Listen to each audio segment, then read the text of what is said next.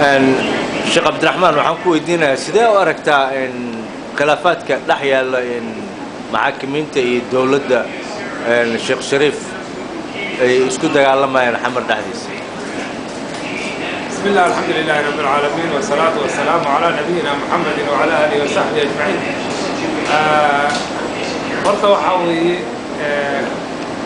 anigu waxaa iga muuqata meeshaasi dawladdii Allah subxaanahu wa tacaala u hergeliyey Soomaalida oo wixii rafaad weyn la soo maray oo intaasi sanadood oo dhibaatadaasi la soo maray oo ugu dambeysii oo dawladdii la soo dhisay oo madaxweynaha Sheikh Shariif Sheikh Ahmed hadda madaxweynaha u yahay oo si xaqa oo si cadaalad loo doortay in dawladdaasi horta la raaco si oo maartay oo wada jira oo si cadaalad oo lagu raaco ayaan jeclaan lahay marka waxa weeye kol hadii dawladdii la soo dhisay oo madaxyaashii la soo magacaabay iyo wixii wasaaradda si cadaalad loo soo magacaabay waxyaalaha kale oo khilaafaadka xagga diinta ku saabsan ama sharciyan hadhow baa la isku soo noqonayaa si dastuurka oo dhigayo laakiin nimanka mucaaradiinta oo kolley xagga aad maartay waxoogaa islaamka ku adeegsanaya ama maartay waxyaalaha diin ay leeyihiin ama waxaas oo qof walba waa muslim Soomaali waa la isku yahay dawlad islaam way waligeedna islaam way islaamna way isku dhaqaysaa taasi waxa way khilaafaadku horta waxa way hadeenan danaysan ahayn waxa lagu danaysanayo oo islaam sharcigan ka dhiganayna ay leeyihiin horta taasi xujo ma aha hadda marka waxa way dawladdiiba sharciga ku dhaqmayna sharciga islaam aan dabaqayna bay leeyihiin laakiin kuwa oo maartay waxoogaa dhibaatada wada oo islaamka xagga qoriga u soo qaata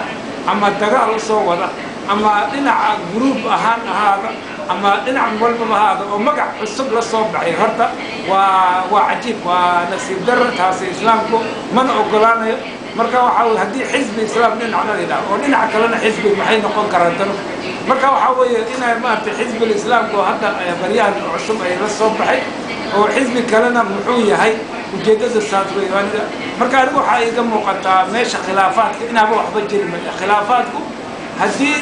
khilaafaadka hoos loo dhaadhaco waa la heshin karaa qori la'aan dagaal la'aan iyadoona dhibaato jiray oona la isdhibaateyn oona cidna dhimanayn isfaham miiska la isku dool fadhiisto ayaa ka fiicnaan lahayd waxyaalaha khilaafaadka nin walbaba oo intuu soo boodo xisbigaygaas ana xisbigaas la soo baxay intuu yidhaaho oo ordo marka taas aad baa laga fiicay xagga diiniyana waa laga fiicay marka waxa weeye wixii sharciga islaamka aan dhigaynin oo kuwa oo maartay iska ku danaysa ama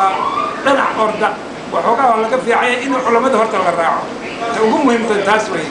fatwada culimada ama diin islaamku wuxuu soo qoray bayaanka islaamka soo qoraan caalamka islaamka Soomaali culimada aan noqoto culimada kale aan noqoto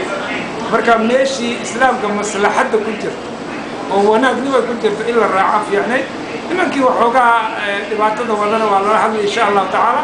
waxyaalahaas ayaan ku soo gabagabeynaya intaas waaniba iga hay Soomaalida meesha ay joogaan baba inay israacaan inay midoobaan